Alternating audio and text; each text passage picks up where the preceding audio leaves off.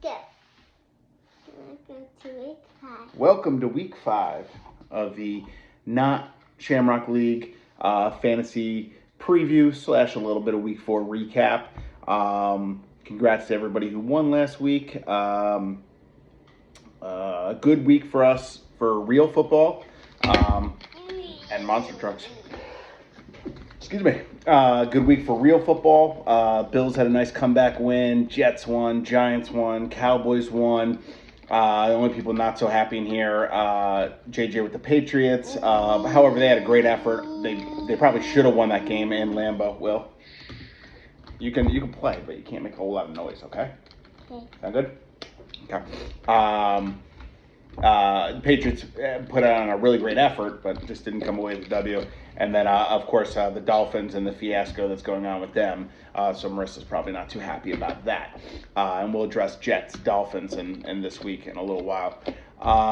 So that was real football. On to fantasy football. Week 3, we had a lot of close games in our league. Not as much this week. We'll get it started with for week 4. Myself and Ken, we had the second and third lowest score of the league this week. However, it was enough for Ken to top me 197. Unfortunately, I did have the points on my bench, and even more than that, Romeo Dobbs drops a 50-yard touchdown to win the game in the Packers-Patriots game. If he just catches that, I probably win there.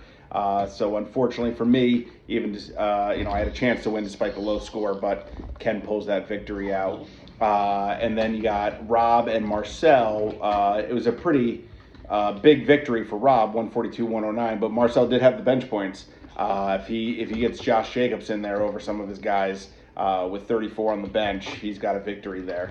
And then we got, let's see, Keo and Courtney. Keo with the second highest points of the week at 154 over Courtney at 103.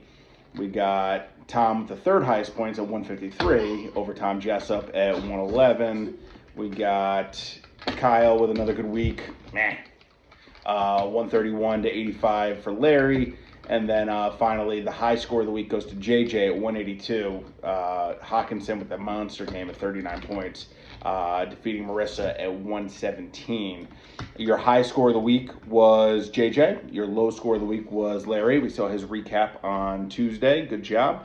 Larry, if you want to work on some new things for this week's recap, since you're projected for the lowest score, again, I'm kidding. But I like that we've kept it all in the same family. We went JJ, Marcel, Larry. So Kyle, I think you're due up for the low score, even though it'll probably be me this week. On to week 5. Let's talk week 5 numbers now. We get started tonight with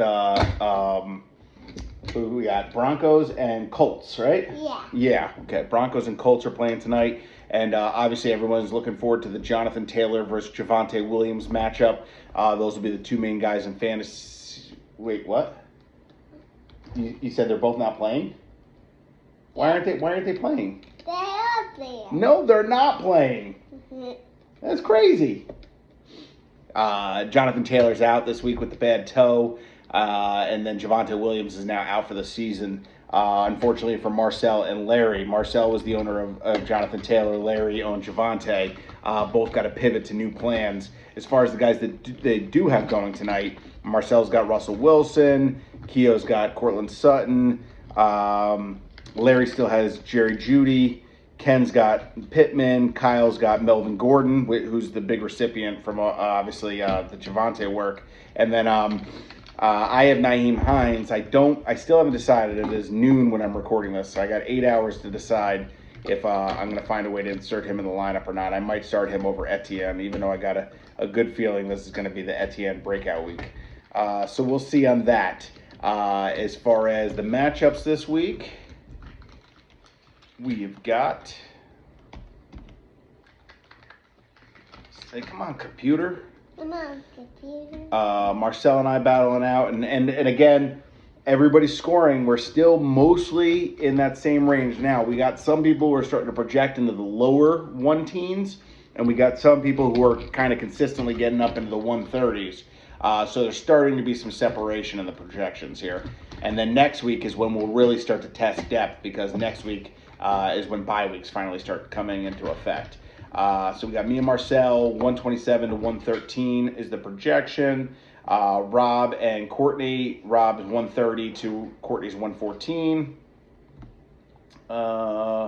Tom versus Ken, Tom Jessup versus Ken, both projected for 127 right now. Finally, Ken's projections are starting to catch up with his actual scores, because he's been projected like the lowest every week, but he keeps, he's 3-1, scoring well. We got a good game. Kyle and Keo, 3-1 versus 3-0-1. Kyle 130 to Keo's 134. Let's see. Marissa at 126. Tom McGrath has, I think, the highest projection of the week, though, at 138. And then JJ's 127 against Larry's 115. So be interesting to see how all those games play out. On to our standings. What are you doing, bud? Am I in your way? Yeah. Oh, but we're doing the fantasy preview show right now. Oh. Is that okay? Can we do that? Yes, no, maybe? Okay. So, on to our standings. Tom McGrath is currently in first place at 4-0. We got the two ties. Excuse me. Keo and Rob coming in at 3-0-1. Then we got the 3-1 teams. Kyle followed by Ken. Then the 2-2 teams. I'm in 6 right now. JJ's in 7. So that's your line of demarcation. If the season were to end today for the playoffs. And then Marissa's, the 1-3 teams go Marissa, Tom Jessup, Larry, and then the 0-4 teams are Courtney, followed by Marcel. On to the stupid league projection, whatever thing that is, that keeps, making me, upset because it doesn't factor me in the way I want to be factored in. I'm on the computer right now, and I don't seem to be able to find it. Where is it? Do you know where it is, Will? Where's the league projections? Let's see. Fantasy, cast, scoreboard, standings, opposing teams. I don't know. Where is it? I don't know. I don't know either. Let's go back to standings and see if we can find it in there. Oh, final standings projections. Boom. We found it. All right. These final standings projections right now, they have Rob going from 1 back to 4. They got Kyle from 2 back to 3. They got Keo from 3 up to 2. We've got, let's see, who's that? Courtney from 4 back to 7. JJ 5 back to 8. Marissa 6 up to 5. Ken 7 back to 9. Tom McGrath 8 up to 1. Tom Jessup 9 up to 6. Larry 10 back to 11. Me 11 up to 10, and then Marcel sitting at 12 is our projections there. Before we talk a little bit about, actually, you know what? I'll talk about real football, and then we'll talk about watching football this weekend. We have the game tonight, Indy and Denver. On to our team's games. We'll be getting up bright and early to watch the Green Bay Packers take on the New York Giants on Sunday morning, 9:30 a.m. For anybody who would like to join us. I know me, Richie, I'm not sure who else is committed yet. We plan to go to Arlington Bar and Grill, 9:30 a.m.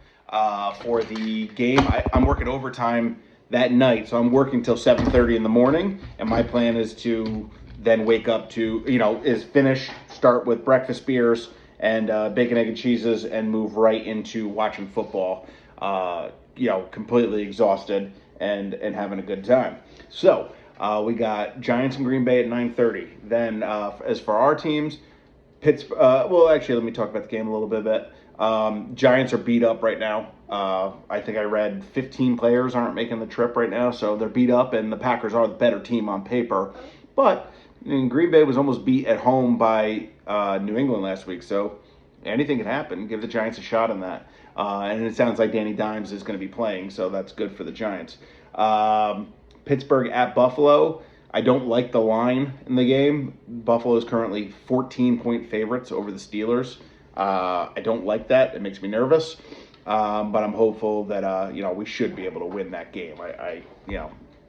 Kenny Pickett making his first start. Bad omen on that one is, Will, can you tell me the last rookie quarterback to make his debut against the number one pass defense in football that actually won the game? Can you tell me who that was? I think Dawson Knox. Do you think Dawson Knox? He's not even a quarterback, bro. The last quarterback to start off his first start against the number one pass defense in the NFL and win is Ben Roethlisberger in 2004. And unfortunately, Kenny Pickett plays for the same team. So bad omen there. I don't like it. It makes me nervous. On to the rest of our teams, Detroit and New England. Who knows? The Lions are the number one scoring team in football, and they're 1-3. So I don't know. Still no DeAndre Swift, and we'll see if St. Brown starts practicing this week. Miami and the Jets. Big game, big divisional game. If Miami can win this game, they'll be 3-0 in the division, and I don't like that. Obviously, Teddy Bridgewater's getting a start. I don't necessarily know that that's a downgrade for Miami. I think he's just as good as Tua, and I don't think Tua's that good still. Call me a hater. It is what it is. So we got Miami at New York. Let's go Jets. And then Dallas is at Los Angeles at the 4 o'clock window. The Rams, I can't tell whether they're good or not. I don't know. So we'll see what happens with that one. On to watching the football games. So I talked about ABG Sunday morning 9:30 for anybody who wants to watch Giants and Green Bay. Maybe get some kegs and eggs. Get it started in the morning. Get some beers and some breakfast. Then I talked to one of the managers over at Deuces in the city of Poughkeepsie. I saw them last week at Keo's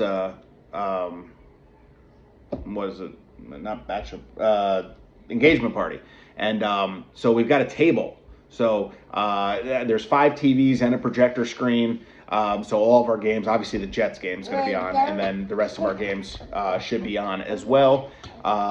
So if anybody wants to join me, Deuces, we've got our own table right in front of the TVs. Should be a good time. I know Ken's already talking Derby for the 4 o'clock games. So we'll see. Who knows? Look forward to seeing everybody this weekend. And let's go Bills, right? Go Bills. Say, let's go Josh Allen. Let's go Allen. Say bye. Bye. See you next week. See you next week. Unless we're doing the recap. Yeah. But I hope we're not doing the recap, okay? No. Because the recap means Daddy got the lowest score. If I have to do the recap, can you do it instead? No. You got a shotgun of beer. That'll be fine, right? No. What do you mean, no? All right. Well, some team player I got over here. All right. See you next week.